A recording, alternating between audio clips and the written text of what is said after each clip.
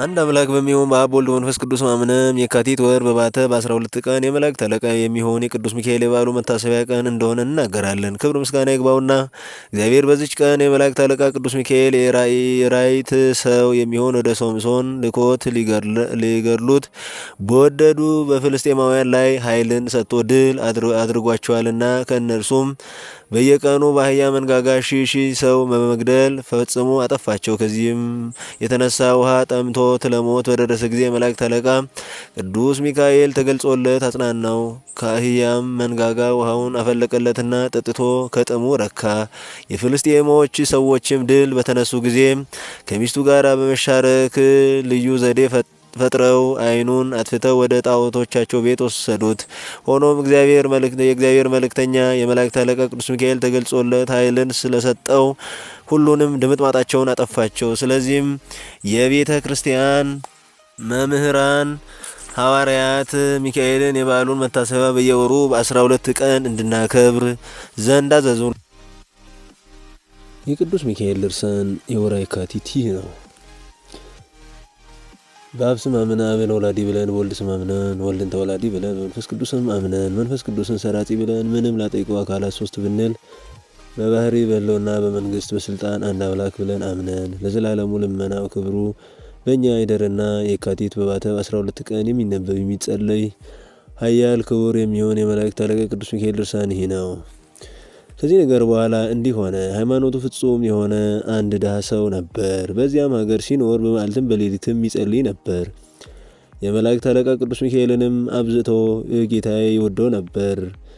ቅዱስ ሚካኤልንም አቤቱ ጌታዬ ዘንልኝ፣ ይቅር በለኝ፣ የዕለት ምግብና የዓመት ልብስን ስጠኝ እያለ ይለምነው ነበር። ሰውየው ግን ሰነፍ ነበርና ከቤቱ ወደ ስራ አይወጣም፣ የሚያውቀውም ስራ የለውም፣ ምንም አይሰራም፣ አንዲት ሰዓትስ እንኳን በመስራት አይችልም፣ ንግድም አያውቅም ነበር። ከዚህ በኋላ የመላእክት አለቃ ቅዱስ ሚካኤል መጣና በሕልም ታይቶ ተነጋገረው። አንተ ሰነፍ ሰው፣ የእርሻ ስራ ወይም ንግድ የማታውቅ እንደምን ነው በማለትም በሌሊትም ይቅር በለኝ እዘንልኝ እያልክ የምትለምነኝ? ወይን ወይም ስንዴ ወዴት አለ? ደክመ የሰራኸው ስራ ወዴት ነው? እባርክልህ ዘንድ አለው። አንተ ሰነፍ ሰው ሆይ የምትሸጠው የምትለውጠው ገንዘብም ቢሆን የለህም። ጌታዬ ሚካኤል ዘንልኝ ይራራልኝ እንደምን ትላለህ? እባርክልህ ዘንድ የምባርክልህ ስራ ወዴት አለ? የዓለም ሁሉ አባት የሚሆን አዳምን በዲያብሎስ ተንኮል የፈጣሪውን ትእዛዝ ባፈረሰ ጊዜ አንተ ከሷ የተፈጠርክባት ይቺ ምድር ናት። ወደ እርሷ ተመልሰ ትገባለ። ወጥተ ወርደ እንጀራህን በግንባር ወዝ ብላ። ይህ አንተ የተፈጠርክበት መሬት እሾህና አሜኬላ ያብቅል ብሎ እግዚአብሔር እንዳዘዘው አልሰማህምን? አንተ ግን ሳትሰራ ባርክልኝ ትለኛለህ አለው። ይህን ተናግሮ በክብር ወደ ሰማይ አረገ። በነጋም ጊዜ የሃዳ ሰው ተነስቶ ወደ ቤተ ክርስቲያን ይሄደና የቅዱስ ሚካኤልን ስዕል ወዳለበት ገብቶ የመላእክት አለቃ ቅዱስ ሚካኤል ሆይ ከእኔ ጋር ቁም፣ አትተወኝ ያለ ጸለየ። ከቤተ ክርስቲያንም በወጣ ጊዜ ለነዳያንና ምስኪናን ብዙ ምጽዋት የሚሰጥ እግዚአብሔርንም የሚፈራ አንድ ባለጸጋ ሰው አገኘ። ያም ድሃ ጌታ ይዘንልኝ ራራልኝ፣ ሄጄ ነግጄ ያተርፍበት ዘንድ 100 ቄት ወርቅ በብድር ስጠኝ፣ ዋናውን ገንዘብህን ከነወለዱ እከፍልልሃለሁ አለው። ባለጸጋውን መልሶ እኔ አላውቅህም፣ ባይሆን እንኳን የሚዋስ አምጣ፣ ኋላ ባንተና በእኔ መካከል ጸብ ክርክር እንዳይሆን ለገንዘቤ ኃላፊ ዋስ የሚሆን ስጠኝ አለው። ያ ድሃም ሰውዬ ባለጸጋውን ገንዘብ የሌለኝ ከመሆኔ የተነሳ የሚዋሰኝ አላገኝም፣ ፍጹም ድሃ ነኝና ይልቁንስ ተነስ፣ አንተና እኔ ሁለታችን የመላእክት አለቃ የሚሆን ወደ ቅዱስ ሚካኤል ቤተ ክርስቲያን እንሂድ፣ ጌታዬ እሱ ይዋሰኛል አለው። ባለጸጋውም የመላእክት አለቃ በሚሆን በቅዱስ ሚካኤል ካመንክበትስ እኔም አምንበታለሁና እሺ ተነስ እንሂድ አለው። ከዚህ በኋላ ሁለቱም ወደ ቤተ ክርስቲያን ሄደው ከሚካኤል ስዕል ፊት በአንድነት ቆሙ። ያ ድሃ ጌታዬ የመላእክት አለቃ ሁሉ አለቃቸው የምትሆን ቅዱስ ሚካኤል ሆይ ገንዘቡን እስክከፍለው ድረስ ስለዚህ ባለጸጋ ተዋሰኝ አላመነኝምና ከዛሬ ጀምሮ እስከ ሰኔ 12 ቀን ድረስ ወርቁን ለባለ ገንዘቡ እመልስለታለሁ ብሎ ጸለየ። ባለጸጋውም ነገርህን ሰማው፣ ተነስ እሰጥ ዘንድ እንሂድ አለው። ይህም ነገር ለሱ ድንቅ ሆኖበታልና። ከዚህ በኋላ ከቤተ ክርስቲያን ወጥተው ሁለቱም በአንድነት ወደ ባለጸጋው ቤት ሄዱና ባለጸጋው 100 ሚዛን ወርቅ ሰጠው። ከዚያም በኋላ ያ ድሃ ሰው ባለጸጋው የሰጠውን ገንዘብ ይዞ ደስ እያለ ወደ ቤቱ ተመልሶ ሮም ወደሚባል ሀገር ለንግድ ሄደ። ከዚያም በኋላ ንዑድ ክቡር የሚሆን የመላእክት አለቃ ቅዱስ ሚካኤል በዓል በሚከበርበት ሰኔ 12 ቀን እንደሆነና ቀጠሮም እንደደረሰ እሱም እንዳልተመለሰ አውቆ ከባድ ሐዘን ተሰማው።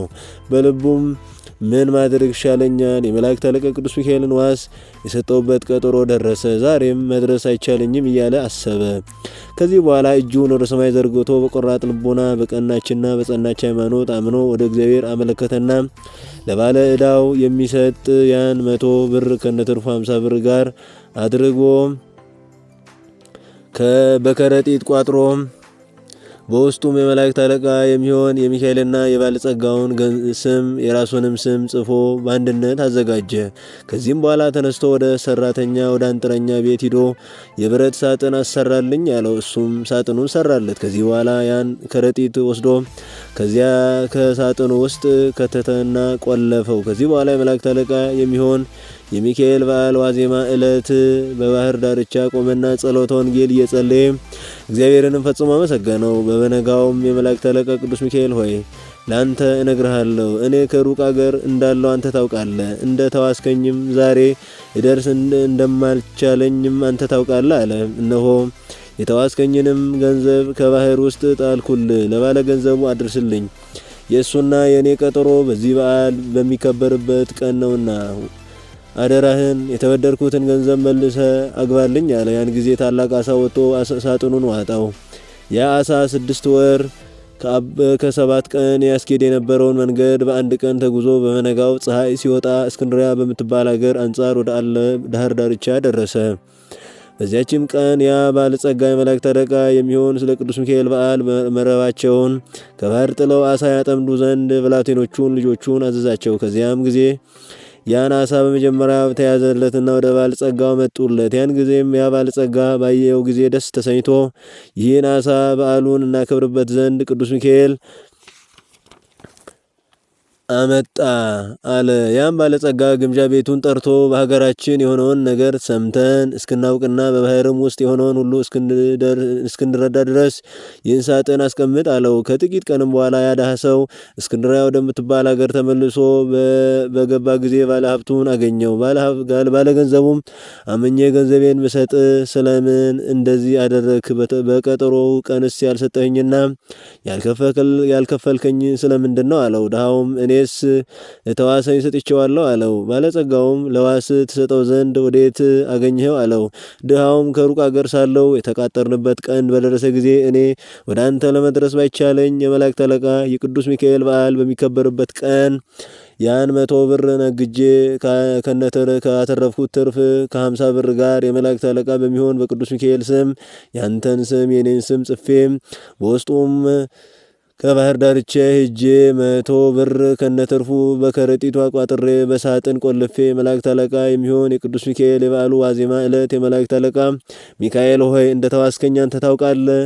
እነሆ እንግዲህ አንተ ለባለ ገንዘቡ ስጠው ብዬ ከባህር ጣልኩት አለው። ያም ድሃ ለባለ ጸጋው በነገረው ጊዜ እየተደነቀ በአሳው ሆድ ውስጥ የተገኘውን ሳጥን አሰበና ግምጃ ቤቱን ጠርቶ የመላእክት አለቃ በሚሆን በቅዱስ ሚካኤል በዓል ቀን በአሳው ሆድ ውስጥ የተገኘውን ያን ሳጥን አምጣ ብሎ አዘዘው። እሱም ፈጥኖ ካመጣለት በኋላ በእጁ ይዞ ሳጥኔ ይህ ነው የምትለው ይህ ነውን ቢለው ድሃው አዎን ይህ ነው ጌታዬ አለው። ያን ጊዜም ከፈተውና የመላእክት አለቃ የቅዱስ ሚካኤልን ስም የእሱን ስም የባለ ጸጋውንም ስም በውስጡም 100 ብርና ትርፉን 50 ብር አገኘ። ስለዚህም ነገር እግዚአብሔር በፍጹም ምስጋና እያመሰገነ የመላእክት አለቃ ቅዱስ ሚካኤል ሆይ ኃይለ ፍጹም ነው እያለ አደነቀ። ባለጸጋውም ያን ገንዘብ ከነትርፉ አንስቶ ድሃውን ወንድሜ ሆይ ሃይማኖት ፍጹም ነው፣ በእውነት አንተ የእግዚአብሔር ባለሟል አገልጋይ ነህ፣ ካንተ ይህንን ትርፍ አልወስድም አለውና 50 ብር አንስቶ የመላእክት አለቃ በሚሆን በቅዱስ ሚካኤል ስም ለታነጸች ቤተክርስቲያን ጻሕል አሰራ። ድሃውም 50ውን ብር አንስቶ መታሰቢያው ይሆን ዘንድ የመላእክት አለቃ ለሚሆን ለቅዱስ ሚካኤል ቤተክርስቲያን ጽዋ አሰራ። ከዚያች ቀን ጀምሮ ሁለቱም እስከ ዕለተ ሞታቸው ድረስ ወዳጅ ሆኑ። እግዚአብሔር በሚወደው የእግዚአብሔር ገንዘብ በሚሆን ፍቅር አንድነት ኖሩ። ይህን ሁሉ የመላእክት አለቃ በሚሆን በቅዱስ ሚካኤል ጸሎትና ልመና የተደረገ ነው።